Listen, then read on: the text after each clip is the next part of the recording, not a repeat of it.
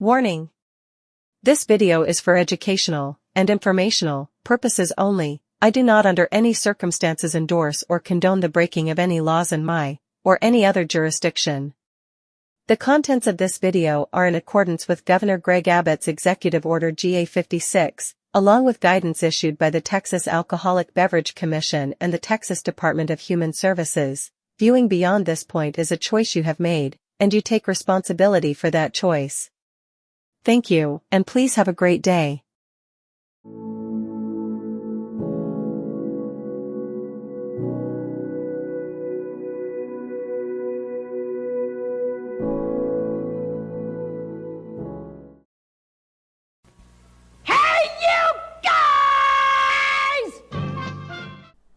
Hello and welcome to this video.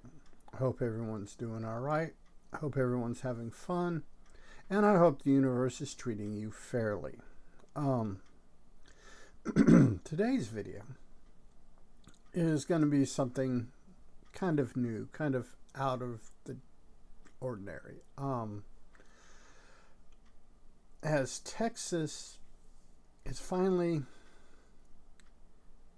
figured out that cannabis products aren't evil, and a lot of what has happened with the proliferation of cannabis, consumable cannabis in Texas, is marijuana is currently illegal. Consumable hemp is legal as long as it meets the 0.3% Delta 9 THC threshold. And it's by weight. So that 0.3 is like huge. The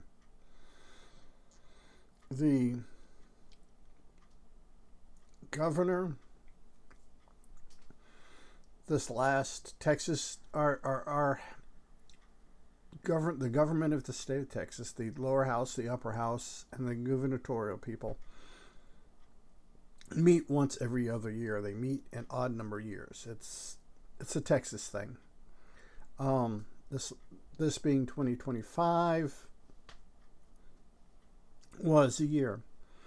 Governor Greg Abbott is looking using the consumable hemp to put into place a workable, enforceable regulation system. We're building from the ground up because it's Texas and we're usually far behind in the whole thing. And as I stated, marijuana is still illegal. However, there has been rumors coming out of Austin that if we can get a workable regulation system that kind of mirrors the system we have in place for hard alcohol, Governor Abbott may be open to the legalization of marijuana. But that is rumor, gossip mill. I got my fingers crossed that it's correct, because that will benefit a lot of people in Texas. A lot of disabled veterans. I mean, the hemp is a good start. So I'm going to be honest, even if marijuana was legal, if hemp remained legal, because in a lot of states when marijuana became legal, the marijuana industry lobbied to get hemp made illegal. So my view right now is based on the point that if Texas legalizes marijuana, that hemp stays legal. And I will primarily consume hemp. Now, for like special occasions, parties, weddings, anniversaries, just special occasions, I might indulge in the marijuana, but not as a regular course, because I have found that the hemp works really well on with all the cannabinoids that aren't THC cannabinoids on my arthritis and stuff like that. And from the research I've done, stuff I've looked at online, hemp has a greater abundance of the cannabinoids for assisting and doing some minor stuff for like vision, hearing, nausea. It stimulates the appetite. It's a whole thing. It's a good thing. So that is what I'm going. That's the premise I'm going off right now. That if in 2027 Texas was to legalize marijuana, we would remain, hemp would remain legal. I got fingers crossed that it does stay legal.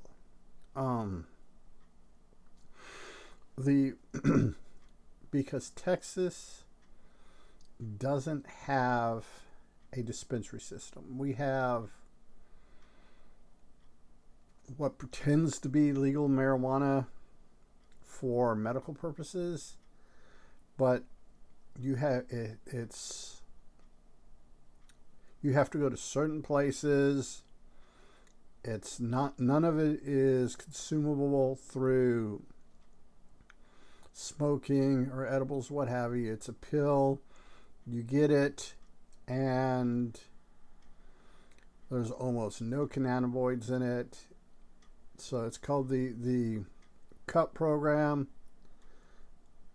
and it is, I don't know, even Florida, yes, Florida of all places on the planet, has a better medical marijuana system than we do, and that's being run by DeSantis and that dude. We'll just end it there. The dispensary system we have, even though we've had legal hemp since the 2018 Farm Bill, Texas has had their fingers up their ass on establishing some kind of dispensary system. So a lot of what you get is at gas stations and head shops. And that stuff is not real good. It's really expensive and really shitty product. One of the things they do is they spray the shit out of it. They get the cheapest flower that they can get. Then they spray the crap out of it with synthetic THC. Or THCA, excuse me. And they package it. You can get 3.5 grams or 1/8 of an ounce. For the local head shops and where I live, is going to run you about $50 USDA. US dollars, USDA. No, just USD. I don't know where the DA. I don't know where I'm getting DA from, but USD, US dollars. Now, there are places online and near the bottom of in the description bottom of all the billions of links that I got in there, near the bottom I have a link to the website where I purchased it. It's Lit Farms. It's basically raw hemp. It's real low dose THC. It's real low dose both Delta 8 and Delta 9 low dose. It's high. It has higher amounts of the cannabinoids that are good for that have anti-inflammatory properties, that help stimulate appetite, help vision, help with hearing, stuff like that. All the stuff that this hippy dippy shit is trying to tell you it's a cure for, it's not. It is a tool in a box of tools. It's something, if you're like me and you don't like putting, I'm real bad about this, about taking medicine, taking pills, taking stuff like that. Don't like it, never have, probably never will. The stuff I get runs about 30 for 28 grams or a 420 ounce. 420 is a reference to marijuana. For those that don't know, it's kind of a holy thing for a lot of your hardcore marijuana, the marijuana community, and it's a good thing. It works. It's a good thing that a good starting point. You do a search for in Google for what does 420 stand for, and you'll get Hitler's birthday. Evidently, he was born on March. Let's see, January, February, March, April 20th, whenever, and it's also the you have probably is if you ask 50 stoners the origin of 420, you're going to get 100 different answers. It's just it. But so generically, I will refer to him as 420 or 420 friendly. Just know that it is hemp. I am in Texas, and hemp is what's legal. In fact, this here is hemp. These are what are called smalls, which are your bud tenders, your people that handle the bud, package it, and stuff like that. Pieces of the buds will break off. Just handling it's, especially when it's cured. It's dry, it's sticky, and things break off. And basically, they gather up all these smalls and they sell them. I prefer those because they're easier to grind. I have two. This is a flour mill. Basically, you put your herb in here, and this goes on top, and you twist it, and it collects in here. So yeah, and unfortunately, because of YouTube's algorithms, the way YouTube does shit, I can't actually show it to you. Wished I could. I've been advised by people, because I reached out to people that do 420 friendly stuff. They're like, even though it's him, YouTube just, no, YouTube's not going to be friendly. So, and this is my grinder. This is an old school grinder. The difference is your grinder has teeth on it. A mill doesn't. A mill just has this. And you put it on, and it works just like a stone mill. Take a huge rock, you cut grooves in it, you put it on another rock or something that's holes so the things can come out, and you spin it, and it grinds it into a powder. This does a much better job. And if I got the time to sit down and grind it and put it into my vaporizers, I'll use this. But if I'm in a hurry, or I'm trying to do a bunch, say I'm going camping or something like that, or hiking, and I need to do a couple grams really quick, right here. This here is much bigger. As you can tell, this is 2 inches, and I think this is 2.5, maybe 3. But yeah, they both work well. This here is this. When I showed you stuff in the jar, this is the stuff I got. This is the packaging, Lost in Translation, Lit Farms. 1 ounce, 28 grams. Actually, 28 grams is a little under an ounce. It's what I and people that I hang with refer to as a 420 ounce. If you notice at the bottom, it says Premium THCA Flower. It makes no allusion, nothing to be tied to the marijuanas or the marijuana. This particular flavor is grape cake. They're smalls. Like I was telling you before, the smalls. The reason why I like the smalls, like I said, is I can get more of them in here. Or if I can load this up, and I can grind probably in about 15 minutes, grind up about 2.5, 3 grams, which is more than enough if I'm going camping.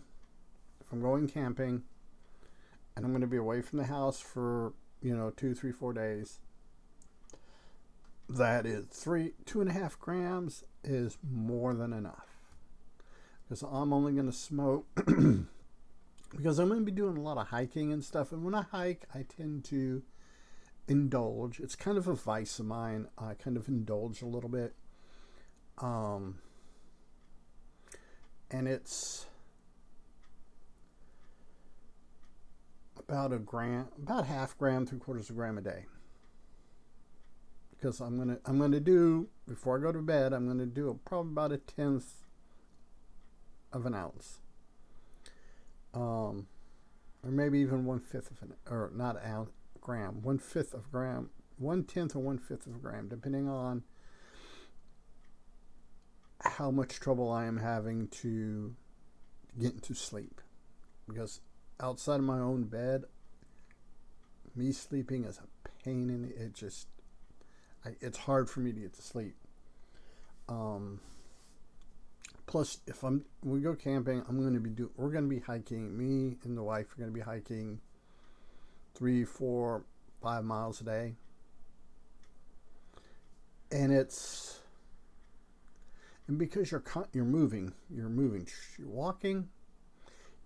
Yeah, you're going to feel a little bit high, but it's not anywhere close to just sitting and relaxing.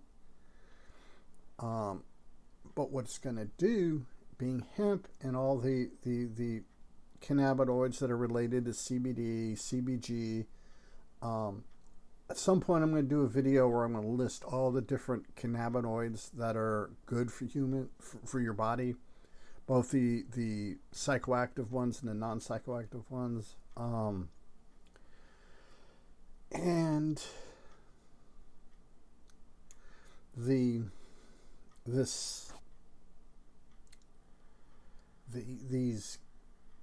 cannabinoids, when you're done hiking, like me and the wife do like a 5 or 6 mile hike, your joints at the end of the day are going to be upset, especially at the health and the destruction to my joints working in corrections. The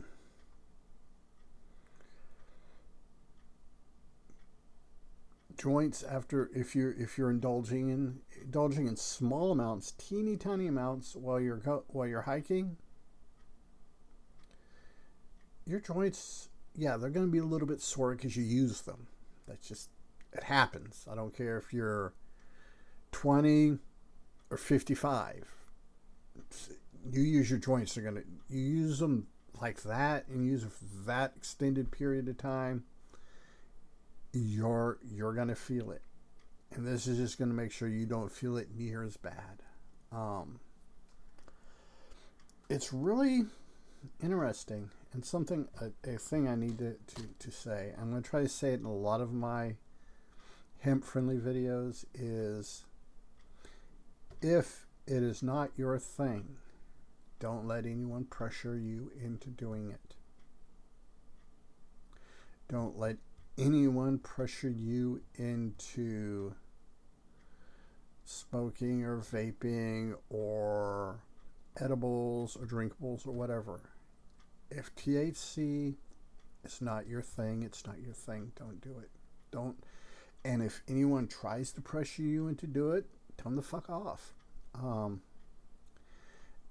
The reverse of that, or the inverse of that, is if it is your thing, don't let somebody pressure you into not doing it. What you do with your own body is your own business, and somebody trying to pressure you into not doing it, same. Just tell them to fuck off. I know people that would rather drink alcohol. I know people that only exclusively do hemp. I know I've reached out to people in states where the marijuana is legal, and I've talked with them, and they've same thing. You have a lot of people that will try to expect, and it happens mainly with younger people. But don't give into the pressure. Now, if you're curious about it, do it with somebody you trust. Somebody who isn't going to fuck with you while you're experiencing it. Somebody's going to be there that's not going to interfere, but they're going to be close by if things become uncomfortable, if things become weird. And they got to be sober. If the first 2, 3, 4, 5 times you indulge in hemp, have somebody that's experienced in it, that is willing to stay sober, just in case. You need that person there. When you deal with when you're dealing with psychedelics like LSD and mushrooms and stuff, you have what's called a trip sitter. And basically, it's somebody that's experienced with that particular chemical, that remains sober, that's there in case things get weird. And you need that first time you experience hemp, or if you happen to live in an area where the marijuana is legal, if you've never done it before, especially if you're older. If you're in your late 30s, 40s, 50s, whatever, you've never tried it, and you're curious and you want to try it, find somebody that you trust, somebody who's experienced with it, and somebody has no qualms to tell you to chill out, you're just on drugs.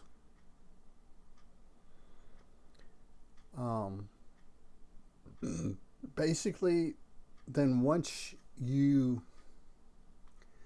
become comfortable with it, you understand how it's going to affect your body, how it affects you when you have a full stomach, empty stomach, you've just worked out, if you're getting ready to work out, or if you're just chilling, watching some movies. You need that guidance. I don't care how tough you are, how mentally you think you are strong. When stuff's firing off your CB1, CB2 receptors in your brain, shit can go sideways real easy. You need that person there to go, no, you're not freaking out, just chill. Here's some Taco Bell, just, you're on drugs, and let them do what they're going to do. Don't fight it, just roll with it. You're going to need that. You're going to need that person. You're going to need that experience for the first time. Now, if you're an old hand at it, you know what these chemical compounds are going to do to your body, how they interact. Cool. Now, for people that have that did, like me, I smoked a ton of pot in high school. Now, with in 2019 stuff, and with some of the first stuff I tried was the shit at the head shops, and my wife's like, look, dude, my wife is significantly younger than I am, and she's like, look, she's like, the stuff you smoked in high school versus the stuff I smoked in high school, the stuff I smoked is a whole hell of a lot. So the first couple times that I got my orders from these people, and I need to say right now, I'm not getting any money or anything, any advertisement, or I'm not getting anything from Lit Farms. I just that happy with their product. In fact, once this jar is empty, this here is going to be my next one. And it's called Violet Fog. So yeah, like I said, there's just a great product. And if you're responsible and you understand this stuff, this hemp, which is lower THC than its marijuana counterpart, is still hits harder than the stuff I mean, high school budget. So you know, you're getting dirt weed. So, but it's not a bad thing. It's not for everybody. It's not a panacea. It's not going to cure anything. What it's going to do is help make things a little less bad. Okay, that's what it's going to do. It's just going to Delta 8, Delta 8, which is the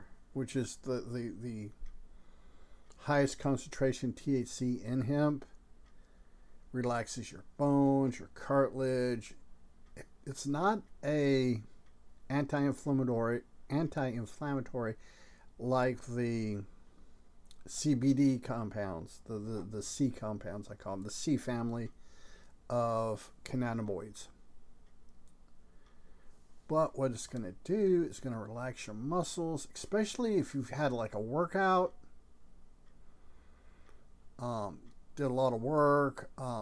There's a lot of things that I do that I can do with a chainsaw, that I do with a hand axe for the exercise. But it's, you have a strenuous workout, smoke hemp, you get the C buddies in there, and they start working on the keeping stuff from swelling up too bad. Like I said, it's not going to stop it. It's still going to happen, but it's not going to be near as bad as you didn't, and you don't got to take a fistful of ibuprofen. So yeah, there's that, and that's a good thing. Or at least from my point of view. Like I said, I'm real bad about not taking pills, but if I can lay down, break out a Robert Heinlein or a Philip K. Dick or a Stephen King novel, lay in bed and read for an hour, and vaporize a little bit of hemp, I'm there. I am there for it. So, this is my first video. I hope you enjoyed it. Hope you have fun. I hope you learned something, even if it's not something you want to do. I hope you learned something. So yeah, until next time, people, be a good human. Be good to other humans. Peace. Hey, it's 10 p.m. Do you know where your children are?